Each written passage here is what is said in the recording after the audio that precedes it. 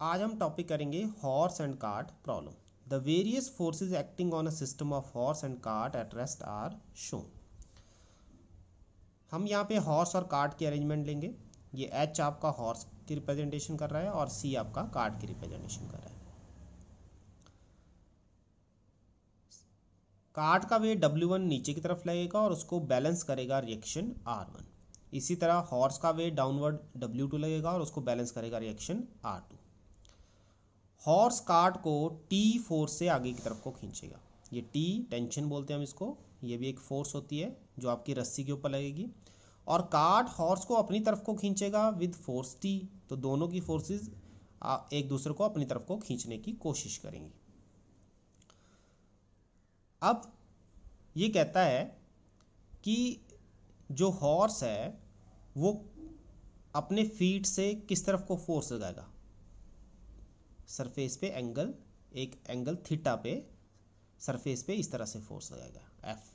ठीक है, तो जब सरफेस पे फोर्स लगेगी तो न्यूटन थर्ड लॉ कहता है कि उसको रिएक्शन मिलेगा। रिएक्शन मिलेगा इन द अपवर्ड डायरेक्शन, जो होगा आपका R। ठीक है, R रिएक्शन उसको अपवर्ड डायरेक्शन में मिलेगा। अब ये कहता है कि अगर मैं इस R को रिजॉल्व कर दूं, ठीक है, R को रिजॉल्व किया जाए तो हमारे पास रेक्टेंगुलर कंपोनेंट्स में क्या बनेंगे, दो कंपोनेंट बनेंगे, R cos theta and R sin theta. ठीक है, जैसे आप इस डायग्राम में भी देख सकते हो, R cos थीटा और R sin थीटा। जो R cos थीटा कंपोनेंट है वो आपके कार्ट को आगे की तरफ को खींचने की कोशिश करेगा और R sin थीटा उसके वेट को बैलेंस करेगा। तो R sin थीटा का रोल इतना ज़्यादा नहीं है, इसमें जो कंपोनेंट R cos थीटा है उसका इंपॉर्टेंट रोल है। अब R cos थीटा कब इसको खींच पाएगा, जब R cos थीटा की वैल्यू फ्रिक्शन से क्या होगी, ज़्यादा। फ्रिक्शन आपको पता है, जब आप मोशन आगे की तरफ करोगे तो फ्रिक्शन किस तरफ लगेगा, पीछे की तरफ। तो जब हॉर्स कार्ट को आगे की तरफ को खींचने की कोशिश करेगा तो फ्रिक्शन उसको पीछे की तरफ खींचने की कोशिश करेगा। तो R cos थीटा किससे ज़्यादा होना चाहिए, फ्रिक्शन से ज़्यादा होना चाहिए, तभी हॉर्स क्या करेगा, कार्ट को आगे की तरफ को खींच पाएगा। ठीक है, तो यही इसकी सिचुएशन है। The cart will move only when R cos theta is greater than friction. ठीक है, F इसमें किसको रिप्रेजेंट कर रहा है, फ्रिक्शन को। तो ठीक है, F कई बार फ्रिक्शन को रिप्रेजेंट करता है, कई बार हम F फोर्स भी लेते हैं। तो आपने ये देखना है कि डायग्राम में हमने क्या सपोज किया है। यहाँ पे हमने डायग्राम में F को फ्रिक्शन सपोज किया हुआ है। अब हमारा दूसरा आर्टिकल आज का आता है, apparent weight of a man in a lift और एलिवेटर। जब आप किसी लिफ्ट में बैठते हो तो आपको कैसा महसूस होता है, हल्का महसूस होता है कि भारी महसूस होता है, वो सिचुएशन हम इसमें देखेंगे। तो इसमें हमने कहा कि कोई पर्सन हमने M लिया जिसका जो वेट है वो mg है when the lift is at rest. तो पहली सिचुएशन हम लेंगे जब आपका क्या है, लिफ्ट रेस्ट में, मतलब उस केस में एक्सेलरेशन कितनी है, 0। तो एक्सेलरेशन 0 है तो फोर्स भी 0 होगी, क्योंकि मास इंटू एक्सेलरेशन होता है फोर्स।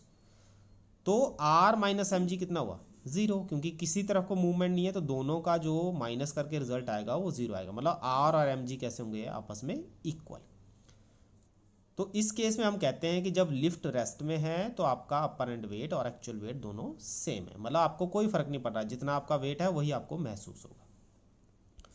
फिर दूसरे केस में कहता है कि मान लो आपकी लिफ्ट यूनिफॉर्म एक्सेलरेशन के साथ अपवर्ड डायरेक्शन में मूव कर रही है। हमने acceleration they the A, upward acceleration कितनी ली, A। तो जब A से वो ऊपर की तरफ को मूव कर रहा है तो कोई ना कोई फोर्स एक्सपीरियंस करेगा, वो फोर्स होती है मास इंटू एक्सेलरेशन। अब ये कह रहा है कि डायग्राम को अगर फॉलो किया जाए, इसमें दो ही बातें हैं, या तो रिएक्शन है या आपका वेट है। तो लिफ्ट तभी ऊपर की तरफ जाएगी जब रिएक्शन थोड़ा ज़्यादा होगा, मतलब वेट से ज़्यादा होगा तभी तो, क्योंकि वेट उसको नीचे की तरफ खींच रहा है ना, तो रिएक्शन थोड़ा ज़्यादा होना चाहिए तभी वो ऊपर की तरफ को जा पाएगा। अगर दोनों बराबर रहेंगे तो आपका मूवमेंट 0 हो जाएगा। तो इस केस में रिएक्शन थोड़ा ज़्यादा होगा, कितना ज़्यादा होगा वो आप माइनस करके निकाल सकते हैं। तो आपका जो फोर्स होगा that will be R minus mg। Force कितना हुआ, R माइनस mg। तो R यहाँ से निकालेंगे, माइनस है mg तो किस तरफ जाके बन जाएगा, प्लस, तो ये बन जाएगा F प्लस mg।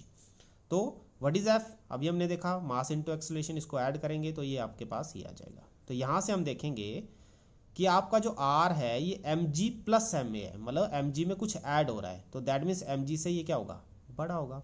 तो R आपका एक्चुअल वेट से थोड़ा ज़्यादा आ रहा है क्योंकि इसमें ma ऐड हो रहा है। ठीक है, तो इसका मतलब ये हुआ कि जब लिफ्ट में आप ऊपर की तरफ को जाओगे तो आपका जो वेट, अपरेंट वेट जो आपको महसूस हो रहा है, एक्चुअल वेट से ज़्यादा होगा, आप अपने आप को भारी सा महसूस करोगे। ठीक है। When the lift is moving uniformly in downward direction, जब लिफ्ट डाउनवर्ड डायरेक्शन में आएगी तो उस केस में क्या होगा, उस केस में हम कहेंगे कि R और mg में से mg ज़्यादा होना चाहिए, वेट ज़्यादा होना चाहिए, तभी वो नीचे की तरफ को आएगी। तो जो नेट फोर्स है वो क्या होगी, mg माइनस r। ऊपर वाले केस में क्या था, r minus M G. R minus M G क्यों लिया, क्योंकि r बड़ा था और mg छोटा था। इस केस में mg बड़ा है और r छोटा है, तभी तो वो नीचे की तरफ आ रही है। जो बड़ा होगा वो अपनी तरफ को खींचेगा ना, तो mg बड़ा है r से। कितना बड़ा है, F equal to M G minus R. वो F क्या रिप्रेजेंट कर रहा है, फोर्स। तो यहाँ से R निकालेंगे तो R को इस तरफ ले जाओ तो प्लस हो जाएगा और F को इस तरफ ले आओ तो माइनस हो जाएगा, एम जी माइनस एफ। तो यहाँ देखेंगे एम जी माइनस एम में हो रहा है, मतलब वेट में कुछ माइनस हो रहा है। तो एम जी माइनस एम में का मतलब कि आपका जो अब वेट है वो एक्चुअल वेट से कम आएगा। तो जब आप नीचे की तरफ को जाते हो तो आपका वेट क्या हो जाता है, कम हो जाता है। ठीक है, एक्चुअल वेट से कम, आपको हल्का हल्का महसूस होगा जब लिफ्ट नीचे की तरफ को आती है। ठीक है, कभी अगर आप बैठे हो तो आपने ऑब्जर्व किया होगा। इसमें एक और बड़ा इंपॉर्टेंट केस है, फ्री फॉल। फ्री फॉल का मतलब होता है जब आप ऊपर से छलांग लगाओगे नीचे की तरफ। कभी आपने ऐसे छलांग लगाई हो ऊपर से नीचे की तरफ को, तो आपको क्या लगता है, उस टाइम पे ऐसे हल्का महसूस लगता है कि आपके शरीर में कुछ भी नहीं बचा है। और एक और केस इसमें आता है, जब आप कभी झूले पे बैठे हो और झूले में ऊपर से नीचे की तरफ आ रहे होते हैं, तो आपने देखा होगा एक मूवमेंट पे हमें ऐसा लगता है कि हमारा सारा, मतलब जैसे हमारा दिल सा घटने लग गया, और आपको ऐसा लगेगा भी अभी शरीर में कुछ भी नहीं बचा हुआ है।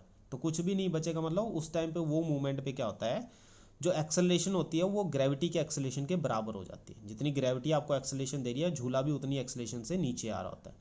उस केस में आपका जो वेट है वो क्या हो जाता है, ज़ीरो हो जाता है, जिसको हम वेटलेसनेस भी कहते हैं। ठीक है, या आप 6th यूनिट में ग्रेविटेशन में भी पढ़ोगे वेटलेसनेस। तो मतलब ये हुआ कि उस टाइम पे आपका वेट कितना हो गया, ज़ीरो हो गया। और ये कब सिचुएशन आती है, जब आपकी एक्सेलरेशन और ग्रेविटी की एक्सेलरेशन बराबर हो जाती है और आप नीचे की तरफ को आ रहे हो। तो उस केस में आपका क्या हो गया, वेट क्या हो जाएगा, ज़ीरो। अपरेंट वेट कितना हो जाता है, ज़ीरो हो जाता है। और एक और सिचुएशन इसमें दी गई है कि अगर आपकी डाउनवर्ड एक्सेलरेशन ज़्यादा हो जाए ग्रेविटी के एक्सेलरेशन से भी ज़्यादा, जैसे ग्रेविटी एक्सेलरेशन कितनी होती है, 9.8 मीटर पर सेकंड स्क्वायर, लेकिन आप क्या 11 मीटर पर सेकंड स्क्वायर से नीचे आने लग जाओ, तो मतलब आपकी एक्सेलरेशन ग्रेविटी से ज़्यादा होगी। उस केस में आर आपका नेगेटिव बन जाएगा, क्योंकि माइनस से बड़ा हो गया। ठीक है, तो इस केस में जब ऐसे आप गिरते हो तो उस टाइम पे आपके पाँव हवा में चले जाएंगे और आप उसकी लिफ्ट की छत पे छू जाओगे जाके। ठीक है, चिपक जाओगे उसके साथ इस केस में। ठीक है, ये तब होता है जब आपकी एक्सेलरेशन ग्रेविटी के एक्सेलरेशन से ज़्यादा हो जाती है। ठीक है, तो आप छत से छू जाते। तो ये था आज का टॉपिक, इसको अच्छे से कर लेना।